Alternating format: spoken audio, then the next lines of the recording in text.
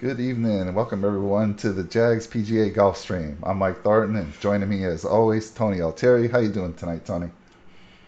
I'm good, man. I'm good. 2 weeks in a row, dude. I guess we have a little bit to talk about there because we didn't necessarily talk about Cam Davis on the pod, but hey, it's always good to hit a winner. Yeah, we'll talk about that winner in a little bit, and you're going to have to explain to the JAGs fans here why you didn't let them in on that. So, anyhow, did you have a good 4th of July? Yeah, man, it was nice. We did Orange County with Mel's family, my wife's family, excuse me, on the 4th, and then we were local here, man. So we watched the fireworks between the casino and just up the road at the park. It was kind of nice. It was mellow. It was a nice 4th of July, and then we get bonus day on Monday, which is fantastic, which is why we're going live a day Yeah, earlier. getting the people the content a little earlier this week, which is always good. Yeah, same thing for us. We went to the top of the hill, right street over from us. Dude, it's a Yep. beautiful view. You see all of Temecula. There's a little hill up there you got to climb, which a lot of people know the secret there, and it was beautiful. We could see Reagan Park. We could see Pachanga. Pachanga was the closest one to us, but we could see everywhere. Yeah. Kind of had a 360 view of all the fireworks going off. So, and it was great to be outside, right? For the, you know, Yeah, no, I mean it's after everything that's happened, over the last year, like to have a Fourth of July again was pretty cool. I have to admit, I enjoyed just the whole setup. Though it couldn't have been done any better this year after what we went through last year. Having this extra day today was kind of cool as well too. It almost felt like a 4-day weekend with everybody kind of prepping for Fourth of July on Friday. But hey, I digress. We're here to talk golf, not yeah, yeah, holidays. So yeah, let's yeah. do that. As 4th of July is always a big day. So let's get right Yep. into it, Tony. Let's talk about the recap. Okay, so the big question is, how did I hit Cam Davis and not talk about him at all? Exactly. So a couple things, right? And you and I talked about this at nauseum, really, because you were the one that was busting my chops about it on our text messages all weekend. Like, what? When did you add Cam Davis? He's not on any of the slides. Like, I don't understand. But when Hoffman dropped out, like, I was so convinced Hoffman was going to win last week.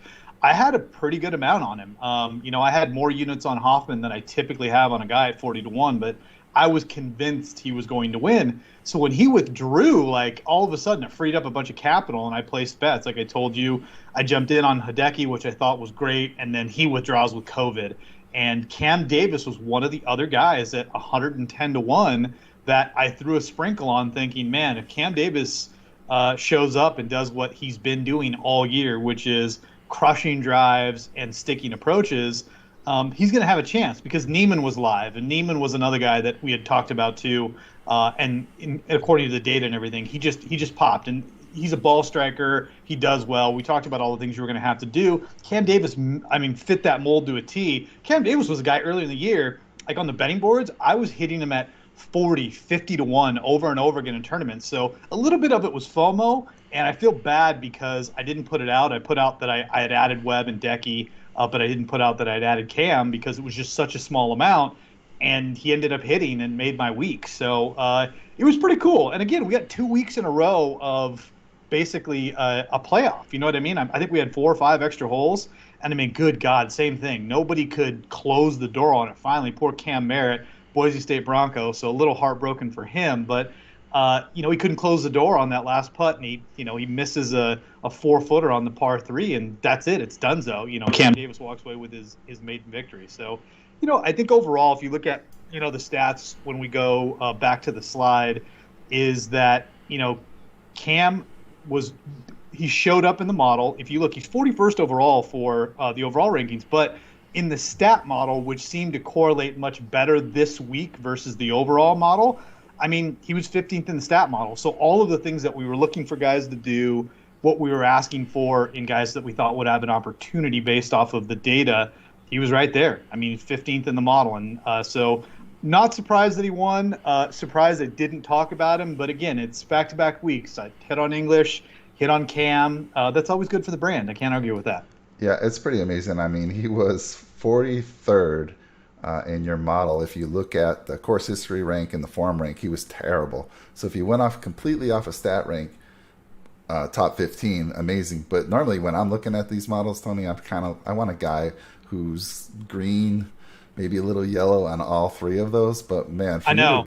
for you to hit that is super impressive. And you had two of the three bets on two of the three guys when it went into the extended holes. So you were looking good. You had a 2/3 chance of winning this thing, but I know Merritt was, you were a little worried about that in the back of your mind because you do have some ties to him.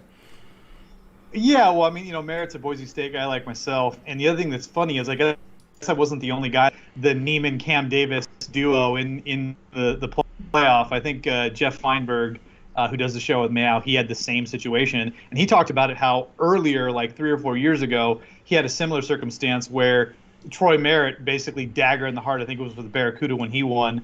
That killed his opportunity to win. So. A little nervous with Troy, especially when Neiman went out after like the first or second playoff hole, and then it was just Cam and Troy Merritt in there. And the thing that was so, again, triggering, it's a word that I used last week with the other playoff, but it just, Cam Davis had a putt to win on every single hole, and he just could not close the door. So it took Merritt basically gagging the 4-footer for us to get a win. But hey, a win is a win. It's money in the pocket, and I've already taken some of that money and placed some bets for the Open Championships here in next week. So we got a big couple weeks of golf. It's actually a busy week of golf this week. There's a number of things going on. I mean, we got the John Deere, which is a trash field, but still a PGA event, still one that we can win money on. We've got the Irish Opening happening overseas. So most of the big guys who are getting ready for the Open, acclimating to the climate and course conditions and all those kinds of things, are playing in the Irish Open. And then you've got the match with Phil and Bryson, Tom Brady, Aaron Rodgers. So I had completely forgotten about the match until it popped up on my reminders, and I'm like, oh my gosh, that's tomorrow. So a lot of things happening. The announcement of the Olympic golf teams. So a bunch of stuff happening in the golf world right now, and I think everything's kind of gearing up for the Summer Games in Tokyo and what is the last major championship here in July.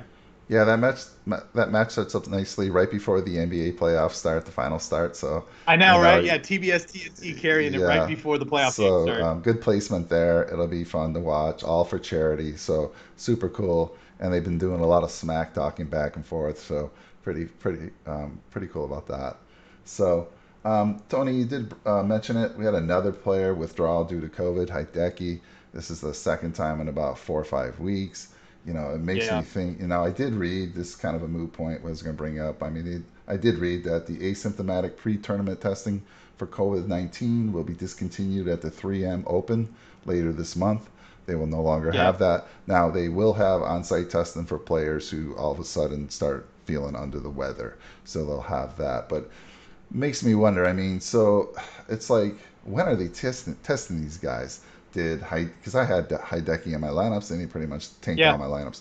When are they testing these guys? If it's the day before the tournament starts, you should know before the tournament starts. I know they don't test after every round, or maybe Hideki came to them and said, "Hey, I'm not feeling that great. Test me." I don't know. It's kind of crazy. Makes me think: should they announce who's vaccinated and who's not? I mean, there's a privacy issue there, but betting is involved. I mean, there's a reason why football does the injury reports every week, and that was because of betting. So I don't know. We're a ways from that, but anyhow. Yeah, I mean, from my understanding, the tournament, or I should say the tour, is testing, I think, everybody between rounds. So it's like you get a pre-round test, and then before the next round starts, in the evening after your first round finishes, you test again. And I think that's where Decky got popped, was in between either rounds 1 and 2 or 2 and 3. It's after 1. And that they're testing these guys frequently. And the issue is for guys like him and John Rahm. Again, I'm making some assumptions about how Hideki's physical state is. He had no symptoms, right? You talked to Phil and Ricky, who had played with him basically that day, and they were like, he seemed fine to us. So it's interesting because I think you're finding more and more people because of all of the testing are testing positive that are asymptomatic or have almost very few symptoms. And it seems to be the most prevalent way that people are popping for COVID, just basically unknown, right? And Rahm, he tests positive, and then basically a week later, he's having 2-3 tests a day, and then he gets 2 that are negative back to back, and he's okay, which is insane in itself. And it just shows you that there's so much else that can go into it, and hopefully Hideki gets a couple negative tests here, and he's back and ready to play in the Open. I mean, we've also got the Olympics coming up, and Japan is one of the strictest countries in the world for COVID protocols. So a lot of these guys that are playing in the Olympics, they're going to be going to Japan very quickly after the end of the Open Championship. The guys that are playing in that, and some guys are skipping the Open Championship and going straight over there to make sure that they get the 2 weeks of quarantine and they acclimate to the time and all those kinds of things. So it's pretty interesting. Like I said, there's just a ton of stuff happening in the golf world right now, and a lot to talk about. But excited about a terrible field in the John Deere this week. Excited about the Open here in a couple weeks. We can talk the Irish, we can talk the match. So there's just so much happening, and I think it's a great time to be a fan of golf. Great time to be betting and doing DK in golf. So I'm stoked just on kind of where everything is in the game right now, because it seems to be at the forefront of a lot of the sporting world. Where basketball's coming to a head. Baseball's getting ready to go in the playoffs here pretty soon. No football, but we're gearing up for that. So the sports world's a buzz. There's a lot of things happening, and it's nice for golf to have kind of its footing with the rest of the regular stick and ball sports. Yeah, you mentioned the Olympics, so that's August 4th through the 7th. We already know that Dustin Johnson has opted out. So they take the top 4 players from each country. That has Justin Thomas, Colin Morikawa, Dechambeau, and Schauffele right now are on deck. So it's up to them if they decide to stay in. Those are the 4 that will represent. But my guess is some of them may decide not to go. But we'll find out soon. Yeah. Well, remember that the Olympics, I think there's 60 guys that qualify for the Olympic Games, and there are 4 for the U.S. That's by far the most of any country. I think there's a bunch of other countries with 2, but the U.S. has 4 guys, because basically it goes John Rahm and then Thomas, Morikawa, Scheffler, and DeChambeau are basically 2 through 5. So that's why the U.S. has 4 guys in this thing. It'll be interesting. They've got 4 cracks at a gold medal. Not a lot is known about the course. It's some private course in Japan, like 50 miles outside of Tokyo. I guess it's a big boy course. It's like 7,500 yards. It's a par 71. So it'll be interesting to see, how guys who end up playing in the Olympics perform. It kind of went under the radar 4 years ago when Justin Rose won a gold medal for England in golf. So I'm hopeful that if we end up with the 4 guys that are currently in the field, that gives us the best chance. But Ireland's got Rory McIlroy and Shane Lowry. Mexico's got Abraham Ancer and Carlos Ortiz. So there's some big name guys. Australia's got Cam Davis and Mark Leishman. So there's some really good teams performing in this. The team that I think is going to want it the most is Team South Korea, and that's Siwoo Kim and Sung Jae Im. Both of those guys, I think Siwoo's 26 and Sung Jae's 23, but this is the last Olympics where they can win and basically exempts them from their 2 years of military service that is compensatory in South Korea. So every male between the ages of 18 and 28 got to do 2 years in the military sometime in that span, and the only way out of it is you win an Olympic gold medal. So that's why both Siwoo and Sung Jae are skipping the British Open to go get ready for the Olympics, because they don't want to be in the military. Yeah, that's crazy. But I get it. All right, Tony, let's get into the course and the key stats this week. Yep. So, another, let's call it rinse and repeat, right? We talked about it the last couple of weeks with the Travelers and with a couple of the other courses that we've had here the last few weeks. Really, they're easy. They're score fests. 2 years ago, Michael Kim absolutely had maybe one of the best statistical rounds or 4 rounds of golf in the history of the PGA Tour. He shot 27 under. I mean, he just blitzed the field. He won by 9 strokes. And the guy, I don't think, has made a cut since then, and he had missed 4 prior to that. So it just shows you the variance in this. With all of that being said, there are some guys that do come here often and play well. Steve Stricker, I think, has won this thing 3 times. He might have won it 3 times in a row, or at least 2 years back to back. Zach Johnson's won this multiple times. Ryan Moore's won here. These are names of guys that have all played here, and they play here every year. And it just sets up really, really well for them. To be honest with you, it's easy to hit fairways. It's not very long. It doesn't require anything too crazy. You just got to be able to put the ball in the fairway and be good with wedges. And if you can do that, you can win here, which means it opens it up to a lot of possibility, like we talked about last week. There's just so many different guys that can show up here and win because there's just not a lot of trouble. I mean, you can hit a terrible tee shot and you can still get up and down for birdie because you have shots from everywhere. The greens are decent size, bigger than last week, And, there's not going to be a lot of weather, and guys are just going to be able to blitz the course. And you're going to have that kind of 18 to 24 under type score, and hopefully we can hit another winner, make it 3 in a row. But TPC Deer Springs is one of the easiest courses on tour. It's a par 71, like I said, 7,100 yards. For me, when you're talking about that, I want guys who hit approaches. I want guys who can score birdie or better. The par threes here are long, so you've got 175 to 200 par threes is an important stat as well. And then proximity, like I talked about, wedges, right? 125 to 150, 150 to 175. You want guys who can stick approaches from those distances, because those are the key distances, whether you're playing par fours or par fives, and those are going to give guys opportunities to score. Yeah, I think with this field, I mean, are we going to see the trend that we've seen the last couple of weeks, where we've had young guys, first-time winners, being right there on Sunday? It could continue today, it could continue this week. Yeah, I mean, the big thing is just when you're talking about a course that plays as easy as TPC Deer Run, there's a lot of guys that are in play, right? There's no big numbers lurking.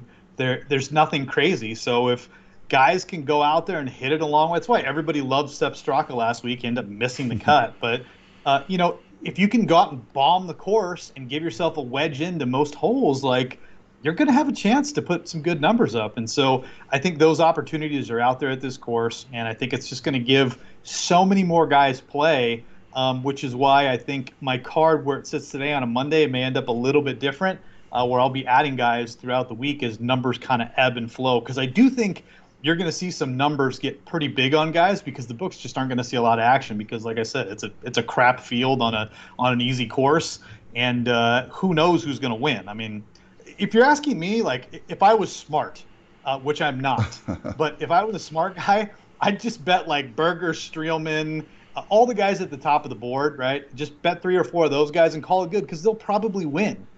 With that being said, I will not be doing that. I will be betting a bunch of scrubs at like 80 to 150 to 1 and hoping that I hit another Cam Davis flyer. Sounds good. And by the way, I know we missed getting Tony's bets in for you guys. So what we're going to start doing is adding those to the comments as Tony makes updates to the cards. I'm actually going to put his updates that we talk about, or his bets that we talk about, in the comments after the stream. And then as he makes updates, I'll update it up until when the tournament starts. So hopefully you guys can get your most up to date and keep going with Tony right now. He's on a two game winning streak here. Let's see if it goes 3. See if he can get the hat trick this week. All right, Tony, let's move on to the stats and course history ranking here. Yeah, I mean, when you're talking about stats, I mean, Daniel Berger, there's no big surprise that he's at the top of the board. Berger's just been unbelievable all year. I mean, the guy's absolutely been striping the ball. He's just an immaculate ball striker. He's a guy that gets hot with a putter, like he did at at Pebble Beach earlier this year. He just shows up, and he's by far the cream of this field. When you're talking about like who's the next best guy, like you're talking about like Brian Harmon and Kevin Streelman. Like, no offense to those guys, they're good pros, but I mean, Daniel Berger is like, basically, I would consider him at the same level as like, or maybe just below, like a Cantlay or a Xander. Like, he's as good on his best day as the best guys in the world, and he doesn't have that one big signature win. He's a guy that battled injuries here a couple of years ago, but since returning, he's played really, really well. From the stat model, he is by far number 1 with a bullet. Another guy that I just mentioned, but who's having a fantastic year, probably, again, his best ball striking year in about the last 5, is Kevin Streelman. Hank Lebioda, who we saw late in the tournament here last week, making a run at the Rocket Mortgage. I think he finished, T3 or T4, but he's had a really good stretch here over the last 4, 5, 6 tournaments. He's up there. Now, when you flip over to course history, like I mentioned, there's a lot of guys that aren't on the stat list, because there's a number of guys who just play this course over and over and over again because they play it well. Dylan Fratelli's number 1 up there because he's played it once and he's won it. Russell Henley finished second last year, so he's got 1 tournament record, and he came in second place to Dylan Fratelli. Zach Johnson, who is basically the king of this course. Sam Ryder, who has played well here. He's played twice over the last 4 years. I think he's got 2 top 20 finishes. Maybe one of those was a top 10. Johnson Wagner, I don't think he plays at all during the regular tour stretch, and then just shows up and plays TPC Deere Run and finishes top 25. So you can see, a massive difference between the guys that are playing well according to the stat model and then the course history. The guy, the unarguable king of this course, other than maybe Zach Johnson, is Steve Stricker. Stricker's won this tournament 3 or 4 times, like I said. I think he actually won it 2 or 3 times in a row here about 4 or 5 years ago. So, again, he's actually skipping a senior major championship to come back and play in this field because, again, he's got a legit shot to win this thing based on the rest of the field. Yeah, I'm liking what I see out of Henley right now, so I'm not going to spoiler alert there, but I'm everything I see from Henley is, he's my guy. So let's move on to the overall ranking there, Tony. So overall, when you're talking about this, we're taking in all 3 major factors: the stats, course history, and then form rank. When I put together my overall ranking, it's a variation of the stat model, the course history, and the form. It's not just a straight average of those 3. We take into consideration a number of things, and so weighting those different pieces is important. This week I put a lot more emphasis on current form and then also the stats coming in. The current form really is probably the most important thing. We saw that last week. The guys that played well last week are the guys who've been playing well for the last 3 or 4 weeks. Hank Lebioda is a perfect example of that. And so, you've got Russell Henley, who he's number 2 in course history. He's 4 in the stat model. He's 11th in form. Berger's right there behind him. Brian Harman, who's having a very good year as well, too. Harman's a guy a lot of people circled for last week. Wouldn't be surprised if he won this week. Streelman, who we've talked about. Seamus Powers, right? Seamus Powers pops up on the betting board at 33-1. I cannot touch that number. Seamus Powers, to me, is just as likely to win this tournament as he is to miss the cut, and I don't know who the hell's betting that thing at 33-1. Again, he's having a very, very good statistical year. His form is fantastic right now. He's just been playing very, very well, but I can't bet him at 33-1 when you've got guys like Siwoo Kim out there at 28 to 35-1. To me, it makes no sense. It just there's so much more value in a guy like Siwoo Kim who's been on tour for a while, who's won multiple times, versus a guy like Seamus Powers, who's basically a glorified Corn Ferry guy. Having said all of that, he probably goes out and wins now, and then I'm gonna have to talk about that next week. But you can see there's not a lot of star power on that board. Aaron Wise is a guy I love. Patton Kizzire is a guy who's been playing phenomenally as well too. So there's just. It's not a sexy board, Mike. There's nothing out here that jumps off the table to me. To be honest with you, if it wasn't for Siwoo Kim, I don't think my betting card would start until maybe Alex Noren at like 35. So realistically, great week to take stabs, a great week to take some flyers, just like the last one was with Cam Davis. It's a good opportunity to sprinkle and bet on some guys who you just kind of got a gut feeling about, right? Guys that have been playing well the last few weeks, or just you've been following, you're like, man, if you could just hit a putt, or, if you just got a little bit better off the tee. TPC or Deere Run is easy enough where it's going to give guys opportunities to show up and do things that they don't normally do on the PGA Tour. So I think you'll have a lot of guys in play this week, as well as some guys that are just horses like Zach Johnson and Stricker. Those guys are going to play well. I don't think they'll win, but I do think they will be there on the weekend. Yeah, and I can't emphasize enough, Tony, to the JAGs fans out there to reach out and get your data. You put together a very detailed spreadsheet. You're only seeing a little bit on these slides here, so I highly recommend. Look, he hit Cam Davis. Cam Davis was in the model 43rd, right, on the model last week. Yep. And when I look at the model, I'm not picking just the top 10, top 20 guys. Somebody's going to let me down there. I'm reaching down the board a little bit. Davis was right there at 43. So, reach out to Tony. He said it before in the past. Tony, how can they get a hold of you? Yeah, you can either email me. It's dfsjags@gmail.com, or on Twitter. It's @dfsjags. On Twitter, you can reach out to us there. Either place, leave a comment, subscribe, like, whatever to the video. I'll be happy to send you the data. Like I said, it's a good spreadsheet, puts together a lot of good information, and allows you just to have like a deeper dive on the field, right? If you've got a feeling about a guy and you're just looking for nuggets of information to say, man, help me validate what I think about this guy. Help me make that pull the trigger on a bet. Like, you can do that with the data, and it's super helpful. Again, all the data that I'm putting together is taken out of Fantasy National. So Fantasy National, you can follow them, him and Moose on Twitter. But it's a great product. I use it every single week. I'll be using it for the Open. And I think they do actually have a model out there for the Irish Open as well too. If you want to take a look at that. All right, cool, Tony. Let's take a quick look at the odds here before we get into your bets. So again, like I talked about, the odds this week are just they're trash. I mean, Daniel Berger's 9-1, Sungjae Im is 14-1. Like I talked about, like if you're smart, just bet those guys. Like I can't do it because like where I live is kind of that, that 25 to 60 range. Like that's where I feel like the best opportunities are in value. And I'm evaluating these guys, and I know I've said it a million times before. Like I want value on my bets. Like I don't want just bet Daniel Berger because he's 9-1 and the best guy in the field. Like, does he have, 10 times the chance of, Henrik Norlander to win or Luke List at 90-1? I mean, to me, like, especially if you're what I would call betting on a budget, right? Like you got to be able to find value down the board, pick some guys, grab some numbers that make sense, and, throw some darts. And this is the perfect week to throw darts. Like I mentioned, the course is a very easy course. It's scoreable. And if a guy gets a hot putter and he's sticking wedges, anybody can win here. So that's going to open it up even to guys way, way down the board, 150, 201. Those guys will have shots this week. You saw it last week with Cam Davis. So find a guy you like, pick a couple horses, throw some bets in there. Don't be afraid. It's a great week to sprinkle. And don't forget, like the guy that finishes in the top 5 that hasn't already qualified for the Open, he's in. So, if, Alex Noren, all of a sudden he finishes T2, T3, like he's into the British Open if he hasn't already qualified, which, again, he's a Euro and he's playing this event the week before. It tells me he hasn't qualified for the Open yet. So, you've got some guys that are fighting for spots that are looking to make it into the next major. And so I think you're going to see some guys show up and play well.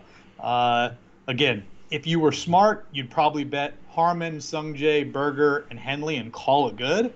But this is not my brand. I can't roll with guys under 20-1. I just cannot do Tony, it.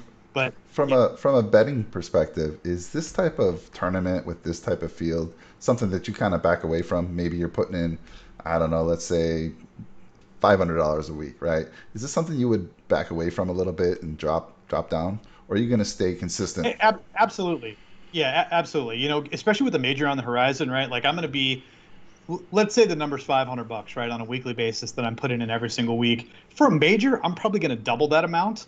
So what I'm going to end up doing is taking that money out of this, and it's not necessarily that I'll have less guys bet. I'll just have guys with larger odds, right? Like I talked about sprinkling bets all over in a week like this. It's a perfect week to do it. So if you're in at 500 for a regular week, go 200 this week and bet some guys way, way down the board. Go 80 to 200-1 and sprinkle some bets out there because those guys have a legitimate chance of showing up and playing in this tournament.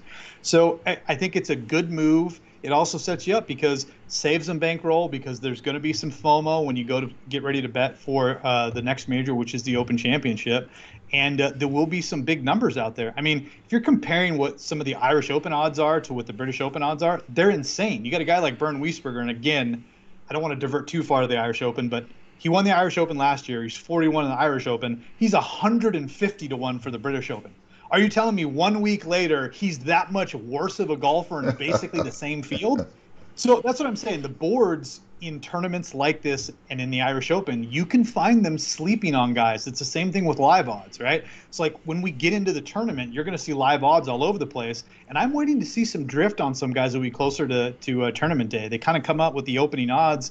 And if they don't get a lot of action, they're going to start moving lines all over the place. You can find some guys that are really good value on a Tuesday or a Wednesday. That's how I ended up on Hideki at like 28-1. Of course, he withdrew, but earlier in the week he was 18-1. He fell all the way back to 28. So keeping an eye on the board and making sure where guys' odds are is important.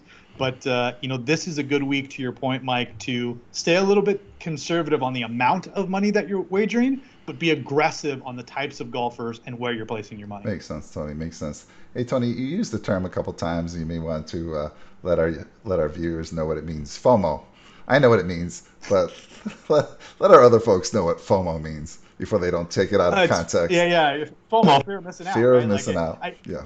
Yeah, like Cam Davis he's a FOMO. Sebastian Munoz is a FOMO bet. I don't claim them all the time, but almost every single week I'm putting money on those guys, and it's just because of the upside. Like those guys have so much upside. They're young guys. They stripe the ball, and if things come together on the greens, they can win like Cam Davis did last week. So, like, even in my bets this week, I'm not touting Munoz, but you could bet your ass I'll have a bet on.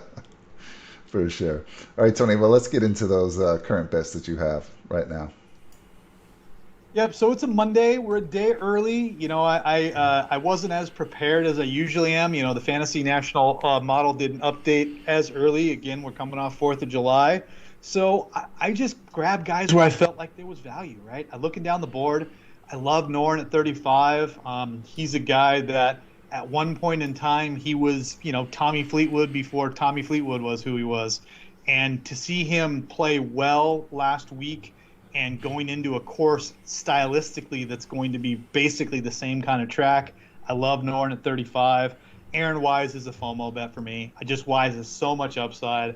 I recognize, he finds some way to just putt like both of his hands have been burned to the 3rd degree on Sunday.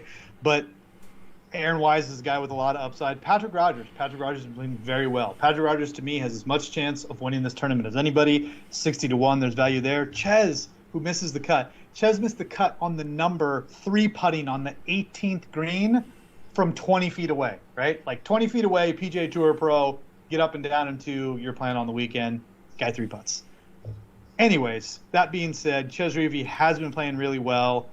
Do like him, and I think there's value, especially versus a guy, I don't want to pick on him, but Seamus Powers at half the odds of Chez Reavie. Like, is Seamus Powers, who's been on, I don't know, about a week and a half, is he that much better than Chez Reavie?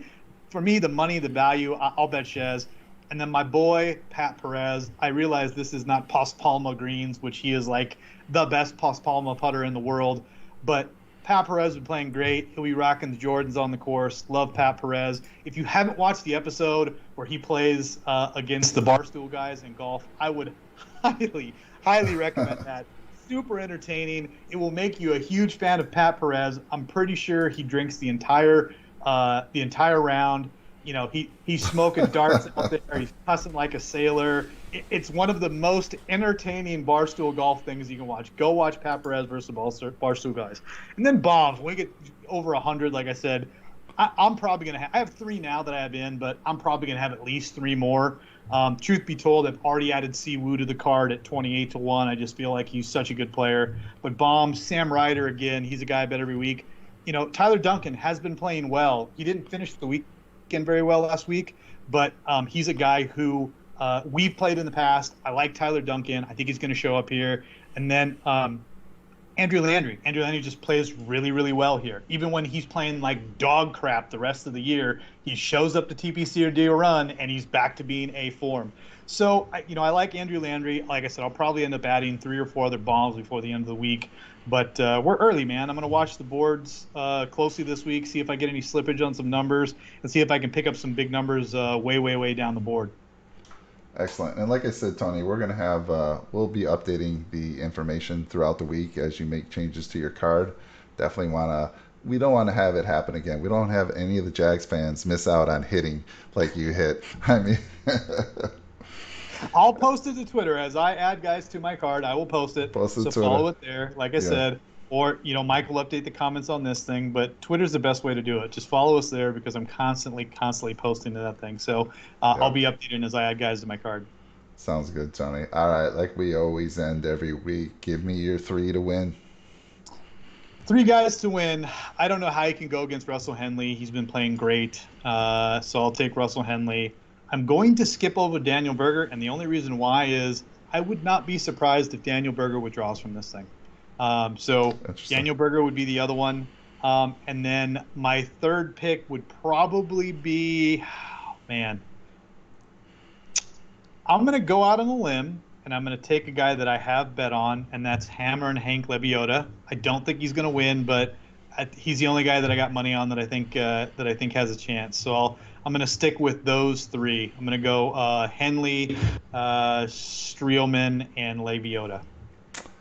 I thought it would be totally different this week. You must be reading my mind. I don't get it. I've only have one. You're riding your coattails, dude. I only have. This is why you need to order first at the restaurant. Need to go first. Yes. Yeah, that's right. You need to go first next time. Because look, you didn't even. I mean, Russell Henley, to me, I mentioned it, spoiler alert, he's my guy this week to Yep. win the whole thing.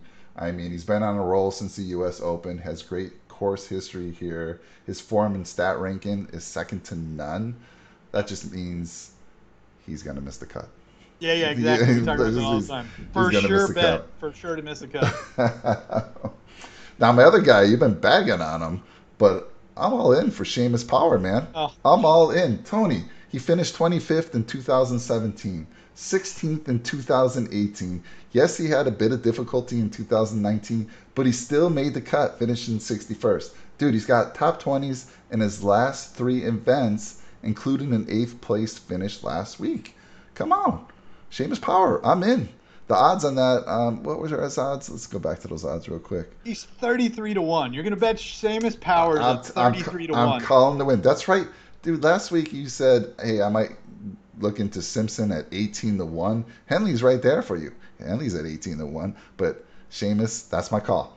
And then you kind of blew it. I'm shocked that you picked him, but Hank, yeah, Hank's my third pick. I mean, he's only played here in 2019 where he missed a cut, but dude, he's trending in his recent events with top 5s in his last 2 events. Stack rank and form rank, both top 3 for this tournament. So he's looking good. And what were the odds on him? I think you can get Hank anywhere out there from 55 to like 70, depending on where you're betting. Yeah. I think the board I use, he's at 60. So a lot of value there. I mean, again, his approach game's been on fire. And, he's a guy that can go out there and score. I mean, you saw it on Sunday at the Rocket Mortgage. He was just lighting it up. So, again, at a course that's going to ask you to do a lot of the same things, which is, hit wedges and score. The corollary between what he did last week and this week, there's got to be some carryover. So, Hammer and Hank, I think, has a great chance. You know what? Because we're both on 2 of the same guys, I'm going to ask you to pick one more. So I'm going to let you go first. You pick one more guy. All right, let me go to the odds sheet here. And I already know. I was already looking at this guy, Brian Harman. Brian Harman, popular pick. Harman's been playing great. I'm going to go out on a limb, and because I talked about him, because I mentioned watching his video, we'll go with my boy Pat Perez. Pat Perez is the other pick there. So I'd love to see Pat Perez get a W. This is the kind of place he can win. I realize it's not a coastal course, it's not Pas Palma, but Pat Perez is a guy that's been on tour a long time. He's like Charlie Hoffman light, but I think this course sets up really well for him, and he's been playing great. So I'd love to see Pat Perez get a victory out there this week. Yeah, I don't blame the call. When Pat gets rolling, he gets rolling. So again, with the field this week, for sure, I could see him winning this thing. So awesome. So we'll see. I mean, I'm Seamus. I'm going to be talking to you on Thursday at the end of Thursday, and hoping you. We should have a side bet. Hoping you bet him as a round 1 leader, because I think that's what he's going to be. You know what? First round leader on Seamus Powers, like that's a legit bet right there. I'm not going to lie to you. That's not a bad call. I might have to check the number on Seamus Powers' first round leader. I will definitely take a look at that because I could see it. I don't think he's going to win, but I know he has those rounds, and there's been multiple times. It's the only time I ever remember his name is because he's the first round leader. I'm like, who the hell is Seamus Powers? So you mentioned this, but give us some reasons. You said Daniel Berger you could see withdrawn from this event. Why are you saying that? Just because he's the best guy in the field. I don't know this, but I'm assuming, right? I guess I could go look it up, but he's already qualified for the Open. Maybe he hasn't. Maybe that's why he is playing in this thing, is because he needs one of those top 5 spots to play in the Open. But again, he's by far head and shoulders the best guy in this field. Yeah, again, the next best guy is Russell Henley or Brian Harman or Kevin Streelman, and you're talking about a massive drop off. So anytime you get a guy that's that much better than everybody else in the field, I mean, he's just as likely to say, "I'll bag it. I'm just going to go hang out with my wife and go fishing." So I don't know. I just had this weird feeling that if he has already qualified the Open, he could be out there screwing around and be like, you know what, I'm out of here. I don't really care. I'm going to leave. Same kind of feeling we get with Brooks Koepka before a major, right? Like he's gonna go out there and dink around, miss the cut, and then he'll end up finishing T2 in a major. So, All who right. do you got in the match, dude? You like Aaron Rodgers and Bryson, or Oh you like Tom man. Brady and Phil? I've been talking Phil up a lot lately. I've been putting him on my DraftKings lineups, which he made the cut. He didn't really do much over the weekend, but Yeah, I have a soft spot for Phil, and it's because you guys both carry AARP cards. That's why. exactly. And then he's teamed up with Brady, which being a Bills fan, it's hard for me to take that team. But I'm Yep. just so anti Aaron Rodgers with all the drama that's going on over there. I'm so Time out. Why are you anti Aaron Rodgers? dude. How is any of the drama that's happening Aaron Rodgers' fault? I think it is his fault. It is his fault. Absolutely. Okay, He's I being know we're digressing, but how is it Aaron Rodgers' fault that the team has now drafted two first-round quarterbacks in the last 3 years? dude. He's paid well to do a job. Who cares what they want to do?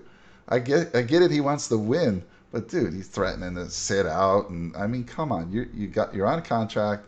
You paid a ton of money. Stop being a baby and play. Come on. Stop being a baby and play the game, dude. Okay, let me throw a hypothetical by you. Okay, Mike, you run an entire team of IT people in a job, right? So that's what you do. And then a month from now, they go hire out a brand new guy fresh out of MIT to do the same thing you're doing. Is that going to piss you off a little bit in your job? Well, it depends. I'm getting near the end of my career, and I might be wanting to Seems train very him. parallel to me with Aaron I don't Rodgers. know. I'm not paid as much as Aaron, so again, if I'm But Aaron, the fans that has nothing to the do with it. fans How love much him. he's paid versus like the position that they put it in. Because here's my thought, and then I'll let you finish. But my thought is you've got arguably the best quarterback in the league. Again, year in year out, he's top five. Since he's been in the league, he's been a top five quarterback. He's won you a Super Bowl. He's got you countless NFC North titles. He's gotten you to the NFC Championship game. I don't know how many friggin' times. He's a guy who is inarguably one of the top five quarterbacks in the league every single year. He's probably got another 5 to 8 years where he is performing at a very high level. And now this is, like I said, the second time in 3 years they've drafted a quarterback very high in the draft when he's made it very clear he has no plans on retiring.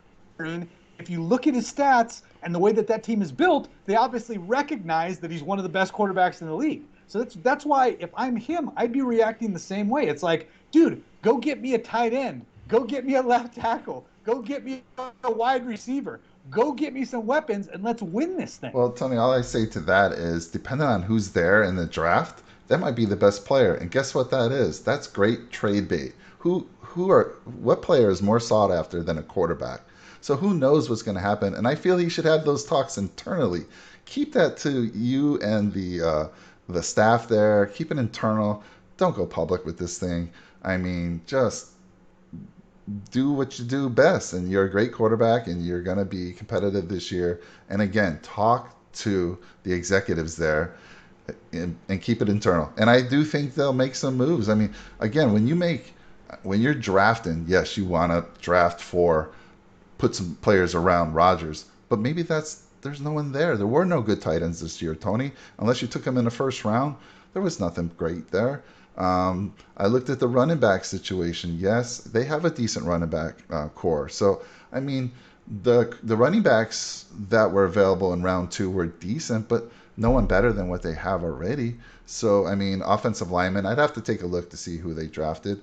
But again, I'm not sure where they are on the receiving core, maybe a receiver. And I'm not sure, I didn't look to see where they drafted this year. But again, if that's the best player, and I'm thinking to myself, hey, this is trade bait here. I mean, people need quarterbacks. I could get something big. I don't know. But again, my only problem is keep it internally. It's like if I had a problem, you mentioned my job. If I had a problem at my workplace, I'm not going to be talking to the whole company, right? I'm going to be, because I'd get fired. I mean, Rodgers has that luxury where he's not going to. Yeah, right? he could get fired too. They could let him go like anybody else. Maybe. But I'm going to have that talk to my execs behind closed doors, and we're going to figure something out. And I'm sure they would. So I don't know. Just a lot of drama for me. And that tells you a lot when I'm taking Brady over Rodgers. Because Brady, I respect the guy. He's the GOAT. But all those years of beating up on my Bills is just rough. We're going to get even with them this year because we do play Tampa later in the year. Well, the Bills are going to be good this year. You know what I mean? They're arguably the best team in the AFC East, and I think they're loaded. Not to go back to the Aaron Rodgers thing, but again, I hear what you're saying about the public thing, but that's his best leverage tool with the organization, right? If he's having internal talks, they could just tell him, "Hey, Aaron, you only got a couple years left. This is the way we're doing it." The only leverage point he has to be able to position himself is by going to the public and doing it in the media and being on social media to do those things. It gives him so much more leverage to put pressure on the organization. And to me, I think the fan base is split. You've got hardcore Packer fans that will always side with the organization, but you've got a lot of people that Aaron Rodgers has been their guy for a better part of a decade, and they're wondering, what is the organization doing to him?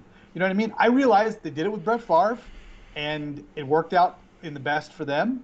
But Aaron Rodgers is not at the point that Brett Favre was in his career. Brett Favre had 2-3 years left, and that was it. And I think Aaron Rodgers is like Tom Brady. He's going to be playing for a long, long time, as long as he wants to. But I get it. In the match, I'll be taking Dechambeau and Rodgers because they're the better golfers. But I could see the trash talking aspect, which Phil and Tom Brady, hands down the better trash talkers. Yeah. That's going to be the most entertaining thing. Like you asked me earlier, like, oh, are they giving away money for charity? I'm like, I have no idea, and I don't care. And it's not that I don't care about the charities, but I'm not watching it for that. I'm watching it to hear Phil say ridiculous things. I'm watching it to see Tom Brady talk trash to Aaron Rodgers. I'm watching it to see Dechambeau hit a drive 600 yards in thin air in Big Sky, Montana. Like, that's why I'm watching. It's pure entertainment. It's fun. And like we talked about, it's a great segue into the NBA playoff games. Yeah, I mean, the only reason I asked you is because, honestly, if there wasn't charity involved, because a few years ago, there was actually money involved before they started going to all money goes to charity. Yeah. It used to be like, I think Phil took home a big purse one year. And that was the first year with him and Tiger when they had the one-on-one right. match. So if it was like that, I'm not in on that. If it's for charity, cool. And the fact that it's right before the NBA playoffs, I'm going to watch it. If it hadn't been, and I had to decide, I'm watching the NBA playoffs. Are you kidding me? Come on now.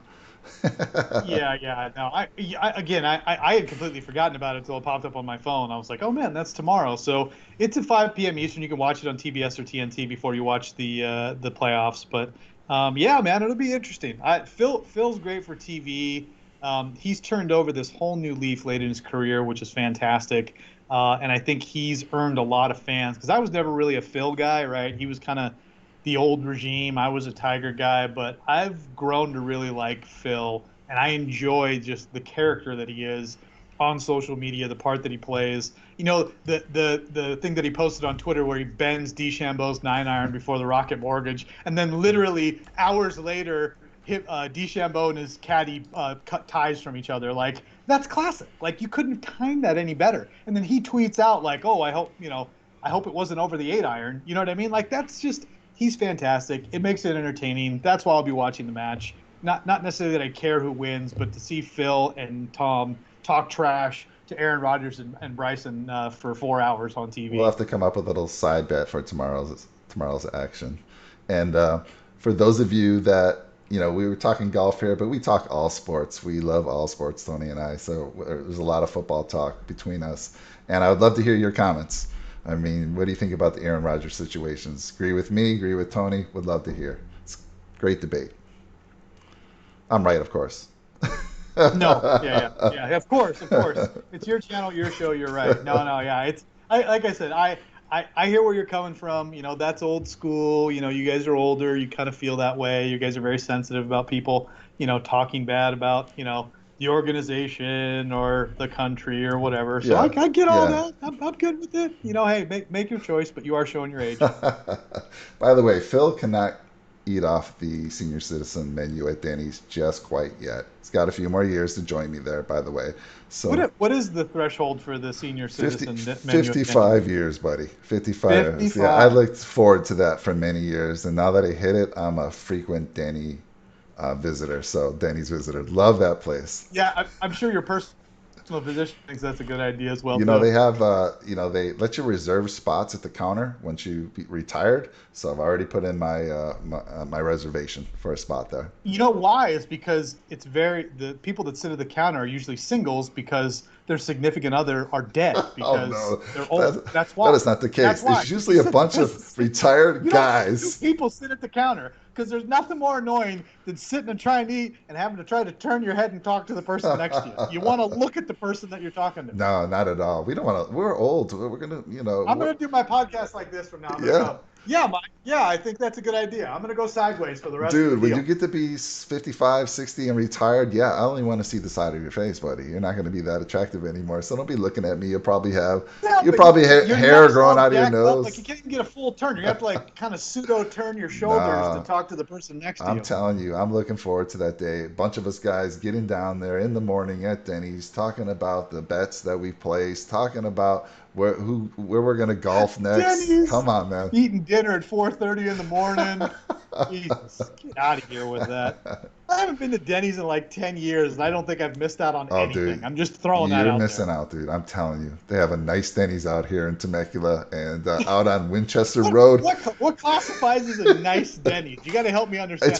That's like saying, dude, I got a sweet Prius. Like, I got a sweet Prius. It's only 5 years old. Denny's. All right, most of the Denny's are old and dingy. This one's only 5 years old. It's upgraded. It's modern. I'll take you one day. I got some cards for my birthday, Tony, for Denny's. Some gift cards. I'm gonna treat you. All right, I'm gonna treat you because I got the discount. There you go. That's what we're betting. We're gonna bet. I'm gonna bet you a 4:30 a.m. breakfast at Denny's that Seamus Powers does not win this tournament. Oh, my odds on that bet are slim to none, right? Come on, I mean, only got. Okay, all right. So let's do this. Let's do this about the bet tomorrow. You take Seamus Powers, and I'll take any other golfer in the field, and Bryson and Aaron Rodgers to win the match. You could pick the other guy in the field. I don't care. And if we split, then we split. Right. I like it. We'll post that in the comment what our bet turned out to be. Yeah. I can't believe we were talking about Denny's. Oh, my God. just off the rails here. Hey, well, we go all over the place here. Yeah, I heard that about you. Oh, boy. Yeah. Well, we'll see after our bets. And, a couple of weeks ago, you were all on Louis for doing what he did. And the comments came back in the channel that Mike was right. So I expect the comments to come back again. Mike is right. We'll see. Let me know if you bet Louis for the Open Championship, by the way. He'll be because that'll be a good show. He'll be on my card for sure. Absolutely. You know that. My DraftKings card, I should say. Yeah. All right. He'll finish T5 and he'll have a chance to win, and he'll lay up for a par and call it good, and finish T4, T5, and walk away with a couple $1 million. Hey. And hey, that's a great life. It is a good life. It is a very Miguel in South Africa, second, third place is just as good as first. So it's America, damn it. We need to hit the freaking big dog. Well, he got that $1.2 million payoff. So maybe next game or next tournament he has the a little bit in the bank where he can go for it this time. We'll see. Yeah. He's not in the field at the Irish Open, by the way, so I can't even watch him implode over there. I'm taking Xander in the Irish Open, by the way. I think he's going to win this week. Xander, huh? Yeah, I like Xander a lot. Justin Thomas got a good number on him too. But the field, like if anybody's looking for like Euros, watch the Scottish Open this week.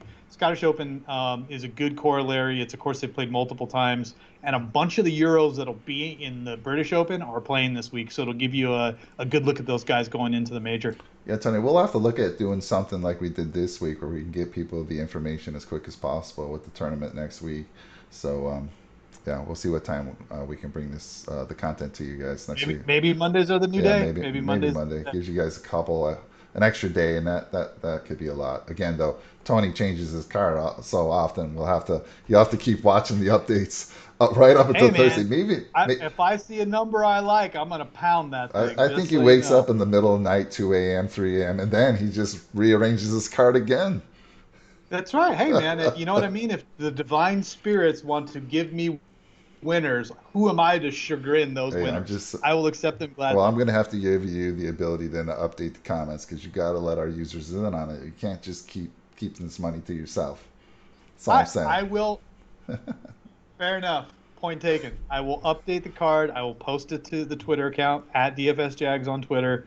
I will post all my bets that I add to the card, which I need to do already because I added Siwoo Kim, so I'll add them on All there. right, I'll get that information from you tomorrow, Tony. I'll update it tomorrow afternoon and put all the information in of the latest that you have. So Sounds I think good. that's it, Tony. A lot of fun today. So appreciate you getting everything ready so quickly for everybody. We had today off, so that helped us get things Yep. together for you guys quicker. So Tony, have a great week, man. All right, Mike. Thanks again, dude.